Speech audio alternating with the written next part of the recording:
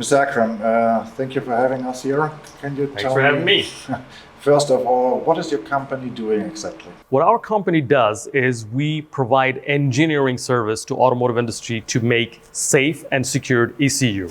So what we build is electronic control unit for vehicles with safety and security concept embedded in it. The mission statement of our company is to make autonomous vehicle safe and secure. With that mission statement, building ECUs is our passion, and that's what we do. You will show us later if you hack a car, just a normal car. It's not prepared, just a normal series car.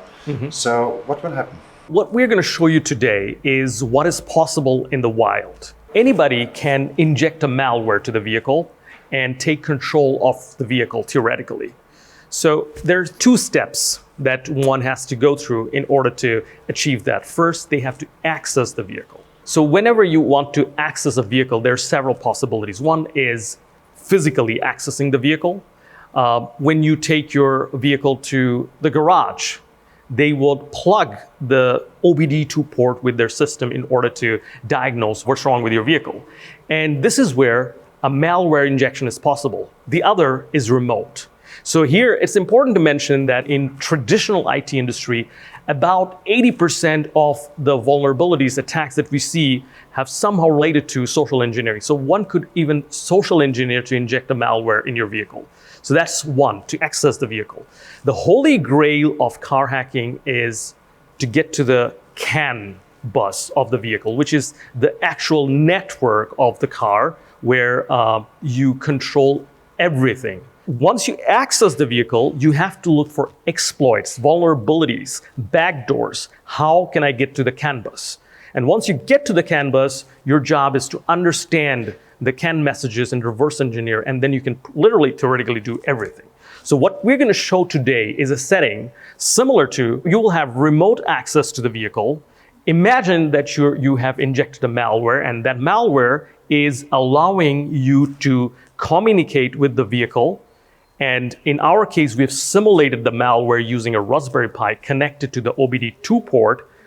And that is allowing you to communicate with the vehicle and the CAN bus. What we're doing in the first go, we're showing a denial of service attack. It's very simple, doable. Almost all the vehicles that you see around today, all you have to do is bombard the CAN bus with random packets and not let any legitimate traffic come in, and the car will start working crazy. So that's the first thing we're going to show. In the second step, we're going to also show some particular attack showing the ABS being activated or the seatbelt sign is on, although the seatbelt is locked, and that sort of thing. And my colleague, Falgun, is going to tell you more in details about those. Okay. You tried to hack this car later. Can you tell us how you will do that? Yes. So any car will have onboard diagnostics. It's called as OBD connector. The acronym for it is onboard diagnostics. So typically any onboard diagnostics looks like this. It is a 16-pin connector, and normally there are different set of rules over which the different car manufacturers send out messages. On this OBD connector, this is a standard connector, and there are certain set of pins which the standard defines and says that these are the protocols you have to use, these are certain rules you have to use. So we exploit this particular port, and then we connect it. One such very vastly used protocol is a CAN protocol. So we use that CAN protocol, and there is a small controller. This is the Raspberry Pi. So we connect this to the Raspberry Pi and then get all the messages. So the advantage of CAN protocol is that whenever we send a message on the bus, anyone can listen to it. It's not mandatory that you should be an authorized user.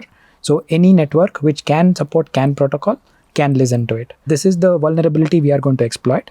And then we receive all the messages, and then we try to analyze using all the messages, and then see what kind of data we are getting, what change happened whenever the car is in motion.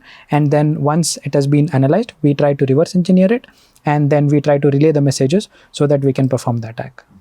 And you can do it with every car which has a CAN bus system. Yes, pretty much. The cars which have the CAN bus, there will definitely be connections to the onboard diagnostics, the OBD port. So from there, we will be able to receive all the messages.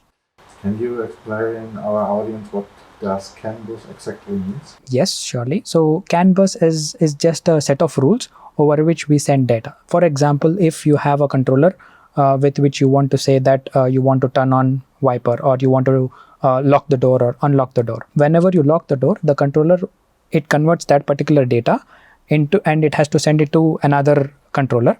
So the means in which it sends over this control, it's a 2-wire bus. There is a certain rule in which you have to send these data. So an example would be like, first you send the name of the message, and you send, this is my identification number, and this is the data I'm sending, and this is the total length of data I'm sending.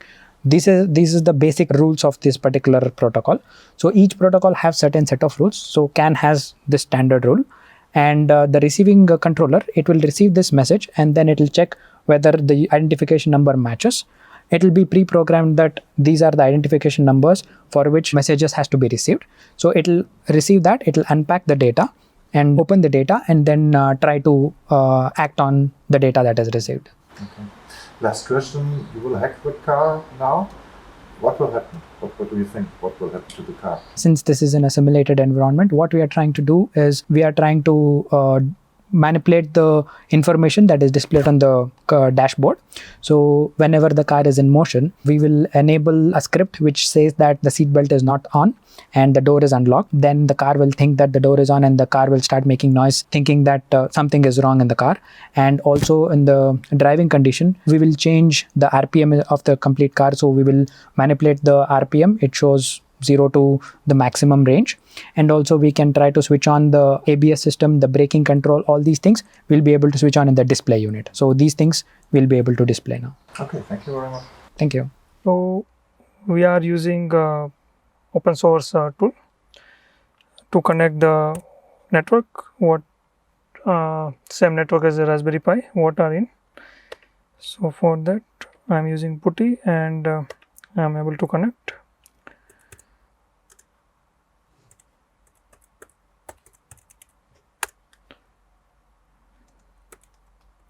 So now once I am able to connect, I can run a command and I can check it is connected or not. And once it is connected, I can read the CAN message via CAN dump command. So you all the message.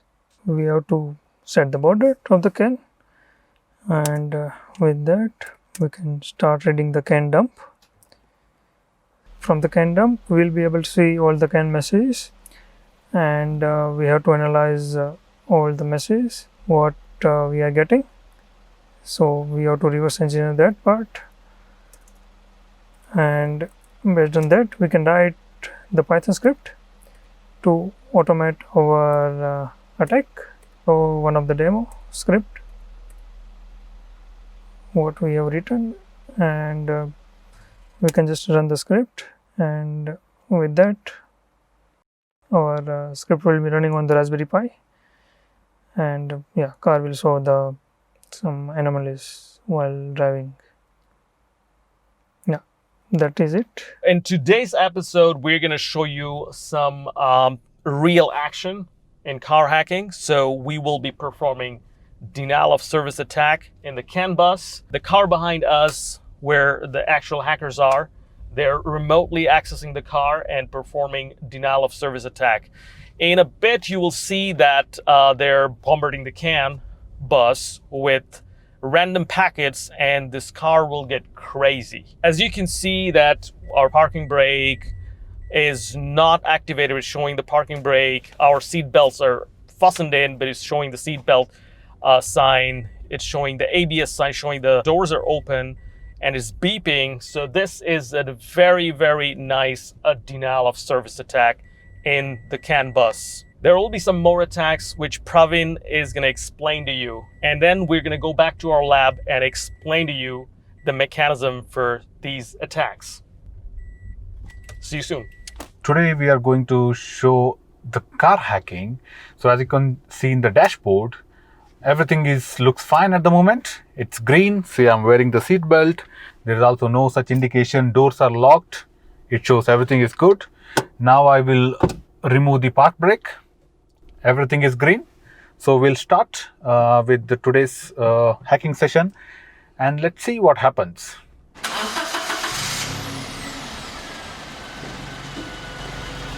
There are many kinds of hacking possible. The one very common hacking method is denial of service attack, which means that the hacker will be able to send random messages to the controller, and because of that, the ECU gets confused. There are so many signals coming in a rapid way, in a rapid pace. Because of that, the car gets confused. So that is one of the first attack we are going to try and see today, and let's see what happens. Okay, so as you can see, it is showing that the parking brake is put on, but as you can see, the car is driving, the parking brake is not on. And also, as you can see, the seat belt sign, it is beeping that driver is not wearing the seat belt. However, I am wearing the seat belt, and also it is showing that the car doors are open. However, it's actually locked, closed, and we are driving safely. And also the ABS signal is on, and the many other signals are on. So currently the car is not knowing what exactly is happening. Even though everything is fine, on the dashboard we are able to see that the certain things are wrong. And also, if you can see the RPM, it is showing that the RPM is full. So this is called denial of service attack. So since all the signals are coming into the CAN network, CAN bus from the hacker, so at this moment the car doesn't know what exactly is happening. So that was the first one we were talking about. Now, once the hacker is able to read the CAN messages, and when he understands or decipher to say that, okay, this signal belongs for the park brake, or this signal belongs for the for example, the door lock, then he will be able to execute the specific attack or the targeted attack. So we will see which are those attacks. Maybe we will go one by one here. So now the denial of service attack is over. Now once again everything is fine in the dashboard. Now as you can see, the seat belt and the parking brake is on. I mean, this is the targeted attack wherein he's only trying to target those two signals. And even though I'm wearing the seat belt and I'm driving comfortably, it is showing that driver is not wearing the seat belt. And also similar case for parking brake. Even though parking brake is not on, I mean, I'm not applying the parking brake, still it is showing me the signal that parking brake is on. That was one specific targeted attack on the signals of parking brake and the seat belt. Let's see which other attack we can maneuver. So once again, everything is fine here. Everything is back to normal. Everything is green. We are driving. As you can see, the RPM, which is in the full range now, even though I'm driving at a speed of, let's say, 10 km per an hour, it is telling that engine RPM has reached its maximum. That means the attacker is once again performing, a targeted hacking attack or the hack on that particular RPM signal. That is why it is showing us the signal that, it has reached its maximum range. So that was about the RPM. Now let's see which other signal we can target. So once again, the dashboard is back to the normal. Everything is green. Let's see what hacker is trying again now. As you can see, now there is a red light on the car door. It is telling that the doors are open. But as you can see, we are driving and the doors are closed. Everything is comfortable. But still, this is once again, targeted attack on that particular signal. Even though the car doors are closed, it is showing us the signal that doors are open. Okay, so once again the parking brake and the ABS signal is on. Even though we have not applied the ABS or even the parking brake is not applied, it is showing us the signal that the parking brake is applied, and the pressure sensor is on. The signal for the pressure sensor is also switched on, and also the ABS is switched on. However, which is not the case. As you can see, we are driving comfortably here. Yeah, so I think that was mostly the thing we had for today. Yeah, so that was mostly it. So we just saw a fantastic demonstration of car hacking, thanks to the entire team. And we're going to show you the steps, how we did it. We're going to dissect the entire thing. We're going to show you step by step how we performed the DOS attack, denial of service attack in the vehicle. So I have the entire team with me. I'm going to get to each of you with all the steps and let you explain the technical details. So what I'm going to do first is tell you the overview of car hacking. Okay, I'm going to show you the steps of car hacking. How do you hack a car? What are the first things you need to do in order to hack a car? The first thing you need to do is to access the vehicle, penetrate the vehicle. And once you penetrate the vehicle, what you have to do is find exploits to get to the CAN bus, because this is your holy grail. Accessing the vehicle does not necessarily mean that you will be able to control the vehicle or do something with the actual driver functionality of the vehicle unless you access the CAN bus. So these are the two steps that will depend on the vehicle and the kind of a vulnerability that you can use to get to the CAN bus. So these are the things that's kind of like the magic art of a penetration tester or an ethical hacker. And we're not going to talk about these two. In our settings, what we did is we installed a Raspberry Pi. So assuming that you found an exploit or somehow injected a malware and you are in the CAN bus. So once you're in the CAN bus, what you have to do is once you can read or sniff CAN messages, the next step is to reverse engineer the CAN messages. So you try and make sense out of the CAN messages, the data that you read from the CAN bus. And once you're successful there, the next step is to send arbitrary CAN messages. You send out CAN messages to do certain things. And once you can do that, and if you can automate the process and send enormous amount of data arbitrarily, this is the denial of service attack. So you attack the CAN bus in a way so that no other actual issue will have any chance to get and send something in the CAN bus. So this is what we have done, and our colleagues are going to explain to you how did they do it. So I'm going to give it over to Falgun to explain the overall settings and talk about the entire process. So Falgun, off you go. So when we get into a car, so the first thing we need to identify is the OBD port. Typically, this is available below the steering wheel. So OBD ports technically looks like a 16-port connection, which is like this. So what we need to identify in this OBD port to ensure that there is CAN communication is that pin number 6 and pin number 14 should have a connection in the OBD port. So pin number 6 and pin number 14 is for the CAN communication. So once we get that, we just need to ensure that there are some voltage in that by maybe connecting some voltmeter, multimeter to measure the voltage. That's when you get to know that some communication is going on. This is a basic communication of CAN protocol. So what will happen is whenever there is any message on the CAN bus, you will also be able to receive this. So you start receiving all these messages on the Raspberry Pi itself, and then you can do the reverse engineering. Apart from that, the Wi-Fi access to this particular Raspberry Pi would be to have it on the same network of that as the hacker PC. So ensure that these two are on the same network, and using a small SSH connection, you should be able to get into the Raspberry Pi and perform all the functionalities that Hasan explained. To perform what reverse engineering does, Ronak will talk about it more. Thank you so much, Falgun, for explaining the overall settings.